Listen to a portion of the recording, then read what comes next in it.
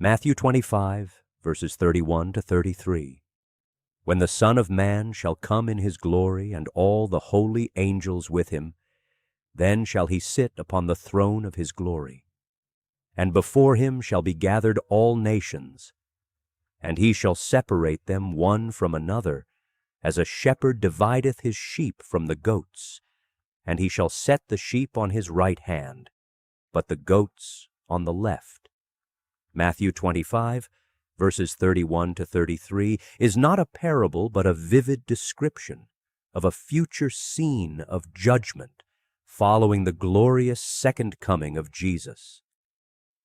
It presents a pivotal moment, a great divide that will determine the eternal destiny of individuals. The imagery of the sheep and goats captures the essence of this judgment, which focuses on personal accountability rather than collective national guilt. Jesus' teaching in Matthew 25, verses 31 to 46, is distinct from other biblical accounts of judgment, such as the great white throne judgment in Revelation chapter 20. In this passage, Christ is depicted as a shepherd separating sheep from goats. This is a judgment of individuals, not nations, as collective entities. The phrase all nations, in Greek, is pantata ethne, refers to people from every ethnic group and nation being gathered before Christ. This reflects the universal scope of the judgment. Unlike national or corporate judgment, this passage highlights the personal nature of accountability. The separation is not based on national policies, cultural practices, or the deeds of political leaders, but on the individual's response to Christ and their actions toward others.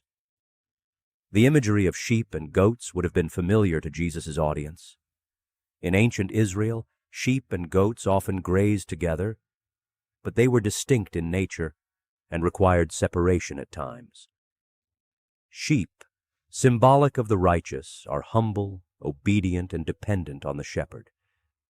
Goats, on the other hand, often represent stubbornness and self-reliance, traits that characterize those who reject God's authority. The sheep are placed on Jesus' right hand, the place of honor.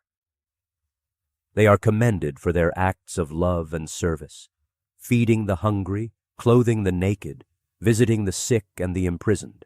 These actions reflect a genuine faith that manifests in tangible expressions of compassion.